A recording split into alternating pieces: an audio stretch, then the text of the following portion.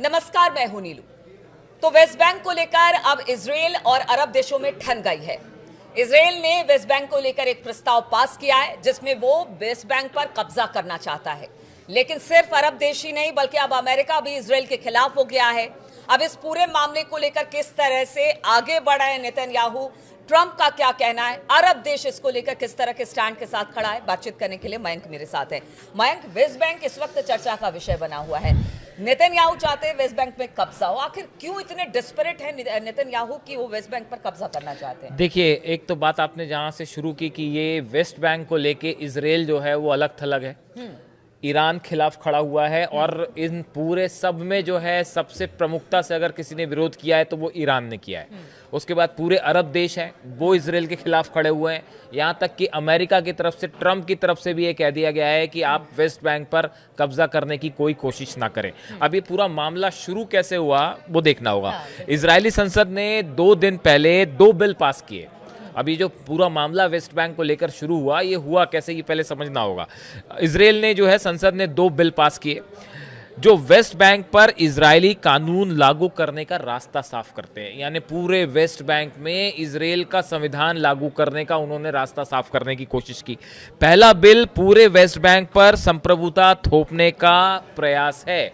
यानी इसका पहला बिल ये कहता है कि पूरे वेस्ट बैंक पे इजराइल का कब्जा हो जाएगा, वो इजराइल का हिस्सा बन जाएगा। दूसरा जो बिल है, दूसरा बिल जेरूसलम के पास माले अदुमिम सेटलमेंट को कवर करता है, जो एक और सेटलमेंट है जिसका नाम माले अदुमिम सेटलमेंट है। इस एरिया पर भी इजराइल का पूरा प्रभाव हो जाएगा कंप्लीटली।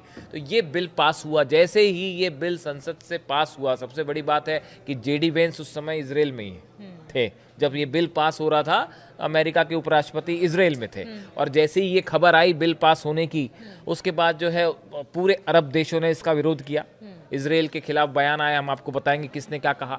ईरान की तरफ से बयान आया, ईरान की तरफ से कहा गया कि बात बहुत हो गई, अगर इस तरह की कोशिश इजराइल करता है तो इस बार उसको कड़ा जवाब देना होगा। अमेरिका की तरफ से, डोनाल्ड ट्रंप की तरफ से यहाँ तक कह दिया गया कि अगर इजराइल ने इस तरह का कोई कदम किया तो इजराइल के साथ दोस्ती खत्म। यानी इस मुद्दे को लेकर, वेस्ट बैंक को लेकर सब विरोध कर रहे हैं। देखिए, पहले अरब देशों की बात कर लें। नहीं, उससे पहले आप बयान पढ़िए। उससे पहले जरा ये बताइए वेस्ट बैंक को लेकर इतना डेस्परेट क्यों है, क्या वजह है, उसके बारे में भी जरा बताइए हमें, क्योंकि दर्शक। ये आपने बड़ा गूढ़ सवाल पूछ लिया। मैं सोच रहा था बाद में इसमें आऊंगा, पहले इसको बताइए। देखो, आपने है ना बहुत सारे एनालिसिस इस मुद्दे पे देख लिए होंगे, तो आपको ये भी पता होगा कि वेस्ट बैंक पे पहले से कब्जा करने की कोशिश है। और 1967 से 1967 में जो इलाके थे, जो कि फिलिस्तीनियों का इलाका था जिस पे कब्जा किया था इजराइल ने, वहां पे 3 लाख अब इजरायली सेटलर्स रह रहे हैं और संयुक्त राष्ट्र और अंतर्राष्ट्रीय कानून के मुताबिक ये अवैध है जिस तरह का कब्जा इजराइल ने किया हुआ है। लेकिन देखिए, इस समय आप खुद सोचिए एक बात को कि गजा को लेकर इस समय मामला सीज फायर के 2nd राउंड पर अटका हुआ है। पूरी दुनिया इस बात को समझती है, जानती है कि दिल पर पत्थर रख के जो है वो नेतन्याहू ने ये सीज फायर को एक्सेप्ट किया, क्योंकि ट्रंप दबाव बना रहे थे। वरना नेतन्याहू का 1% इंटरेस्ट नहीं था गजा में सीज फायर करने को लेकर। समझ रहे हैं आप? इस समय वेस्ट बैंक को लेकर ये प्रस्ताव पास करने के पीछे कई एक्सपर्ट जो कह रहे हैं, इजराइल की मंशा ये है कि इस कोशिश के चलते एक बार फिर हालात बिगड़ जाएं और सीज फायर वाली बात खत्म हो जाए। जो इसकी इनसाइड स्टोरी है, जो कई लोग बता रहे हैं, कई विदेश नीति के जानकार जो वॉर एक्सपर्ट्स हैं वो बता रहे हैं। और आप अगर खुद ध्यान से चीजों को एनालाइज करें, देखिए बहुत सारी चीजें ऐसी होती हैं जो ऊपर से कुछ और दिखाई दे रही है, अंदर से कुछ और है, इंटरकनेक्टेड है। तो ये वेस्ट बैंक का मामला है। देखिए, वेस्ट बैंक पे अगर किसी भी तरह का प्रस्ताव ये पास हो जाए कि भाई वेस्ट बैंक पे कब्जा करना चाह रहा है इजराइल, इस तरह की कोई ऑलरेडी फोर्सेज है वहां पे, कई इलाके में अंदर तक है, अगर इसको पूरी तरह से कब्जा करने की कोशिश करता है इजराइल, तो बड़ी साधारण सी बात है कि गजा में हालात फिर से खराब हो जाएंगे, एक बार फिर जंग वाली स्थिति आ जाएगी। क्या वाकई नेतन्याहू यही चाहते हैं कि किसी तरह का सीज फायर ना हो? जो प्लान था ओरिजिनली कि पूरा फिलिस्तीन पर कब्जा कर लिया जाए, फिलिस्तीनियों को वहां से हटा दिया जाए, ये प्लान फेल हो गया सीज फायर के चलते। और ये बड़ा झटका था, सेटबैक था नेतन्याहू और इजराइल के लिए।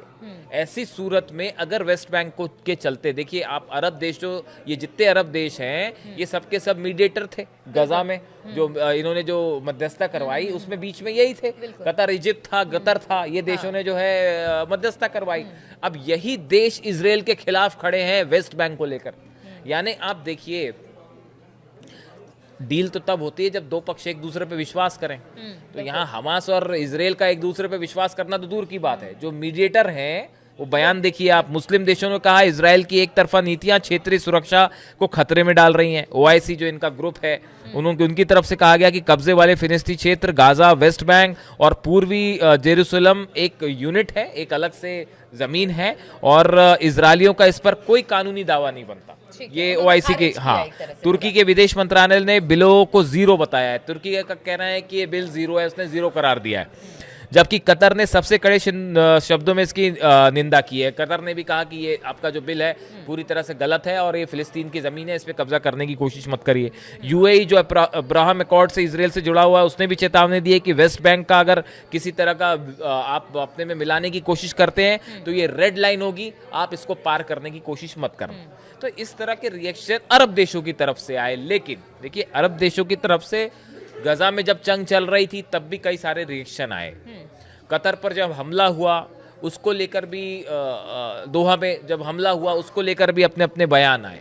लेकिन ईरान की तरफ से अब एक बयान आया है और ईरान की तरफ से कहा गया है, Iran has urged the United Nations Islamic countries to take immediate and effective action to protect the historical rights and identity of the Palestinian people. The move, देखिए ईरान का कहना ऐसा है कि इस मुद्दे को लेकर अगर वेस्ट बैंक पे किसी तरह की मिलिट्री एक्सरसाइज करता है इजराइल, तो आप आलोचना बहुत हो गई।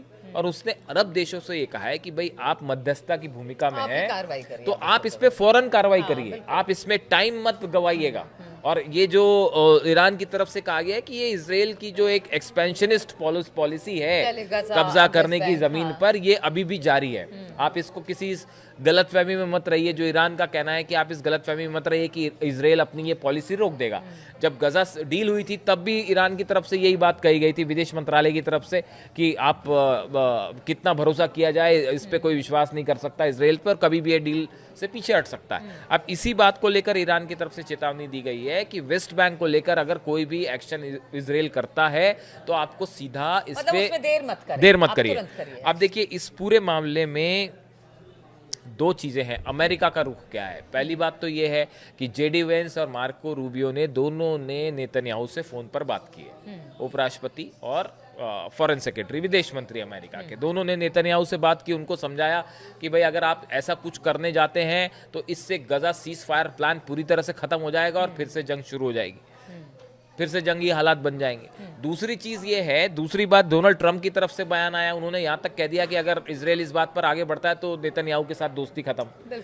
लेकिन ये बयानों के पीछे एक बात ये भी कही जा रही है कि आप देखिए, अभी हाल ही में जब डोनाल्ड ट्रंप इजराइल गए थे और जिस तरह से भाषण हुआ वहाँ पे नेसेट में, संसद में, जिस तरह की बातें हुई, पीस के बड़े बड़ी बातें हुई, पीस स्थापित करने के दावे हुए कि हम शांति ले आएंगे।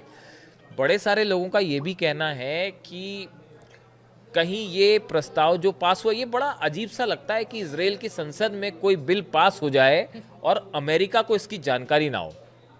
आप अपनी राय बताइए, आपको क्या लगता है? बड़े सारे जानकार ये कहते हैं कि अमेरिका में इजराइल में जो कुछ होता है, पत्ता भी खड़कता है। हाँ, पत्ता भी खड़कता है तो वो व्हाइट हाउस की परमिशन से खड़कता है साहब। तो दो बिल वहां पे वेस्ट बैंक को एनेक्स करने के, उस पर कैप्चर करने के दो बिल पास हो जाएं, खासकर वो जब अमेरिका के उपराष्ट्रपति वहां पे थे और उनको कानून हाँ, और सीज फायर पे काम चल रहा है। हालांकि इसमें विपक्षी सांसदों ने इसको पार करवाया, इसमें नेतन्याहू के लिक्विड पार्टी का उतना रोल नहीं है। लेकिन कई बार चीजें ऐसी होती हैं कि दिखती कुछ है और होता कुछ और है। तो अब आप खुद सोचिए, क्या ये संभव है कि अमेरिका की परमिशन के बिना ये बिल पास हो गया हो? बड़े सारे लोग ये सवाल पूछ रहे हैं। ये बात मैंने इसलिए कही क्योंकि सोशल मीडिया पे हाँ, अब ट्रंप ने साफ कह दिया। अब इस सिचुएशन में क्या इजराइल, देखिए ये एक प्रस्ताव आगे तब बढ़ेगा जब नेतन्याहू गवर्नमेंट इसको ओके करेगी। अगर ओके नहीं करती है तो आगे नहीं बढ़ेगा। तो अब देखने की बात यह है कि आखिर इस मुद्दे पर आगे डेवलपमेंट कैसे होता है। लेकिन एक दो बातें साफ है, अगर वेस्ट बैंक को लेकर किसी तरह की कार्रवाई होती है तो उसका सीधा असर गाजा सीज फायर पर होने वाला है और जंग के हालात खत्म, फिर से सीज फायर के हालात खत्म और फिर से सीधी जंग शुरू, क्योंकि इसमें पूरा मिडिल ईस्ट इन्वॉल्व हो जाएगा। पूरा मिडिल ईस्ट इन्वॉल्व होगा। और एक बार आप फिर देखेंगे कि दो पूरे मिडिल ईस्ट को कवर करेगा ये, और इसका वेस्ट बैंक का प्रभाव सिर्फ उतने एरिया तक सीमित नहीं होगा, अरब देशों का भी इसमें सवाल होगा। अरब देशों की अमेरिका पर के साथ जो रिलेशंस है वो भी इस पे प्रभावित होंगे। देखिए पीछे जैसे कतर पर हमला हुआ जिस तरह से, उसके बाद बड़े सवाल उठे अमेरिका को लेकर, और ये हुआ कि भाई कैसे हमला हो गया, इजराइल ने कैसे हमला किया, तो उससे बड़ी साख को क्षति पहुंची अमेरिका के कि भाई आपने सही समय पे जानकारी नहीं दी और वगैरह वगैरह। उसके बाद फिर अमेरिका को डील करनी पड़ी, नेटो टाइप डील हुई। तो इन हालात में अब ये वेस्ट बैंक पर अगर किसी तरह की कार्रवाई होती है तो ये ना सिर्फ अमेरिका के लिए नुकसानदेह होगा, पूरे मिडिल ईस्ट के लिए, और सीज फायर खतरे में पड़ता दिखाई देगा, जिसका नतीजा एक बार फिर हालात जंग की तरफ बढ़ते दिखाई देते हैं। बिल्कुल। तो वेस्ट बैंक को लेकर नेतन्याहू की क्या रणनीति है, इस पर अरब देश क्या सोच रहे हैं, ट्रंप जो बयान दे रहे हैं वाकई क्या ऐसा ही है कि वो नहीं चाहते कि नेतन्याहू वेस्ट बैंक या फिर इजरायली सेना वेस्ट बैंक की तरफ आगे बढ़े? ये तो आगे आने वाला समय ही बताएगा कि इन स्थिति परिस्थिति में वेस्ट बैंक का होगा क्या स्थिति पहले से बेहतर होगी या नहीं तो फिर इजरायली सेना जिस तरह से वेस्ट बैंक में आगे बढ़ रही है क्या वो और आगे बढ़ेगी, किस तरह के हालात बनेंगे, इस पर लगातार हमारी नजर बनी रहेगी। आप बने रहिए हमारे साथ। शुक्रिया इस चर्चा में शामिल होने के लिए।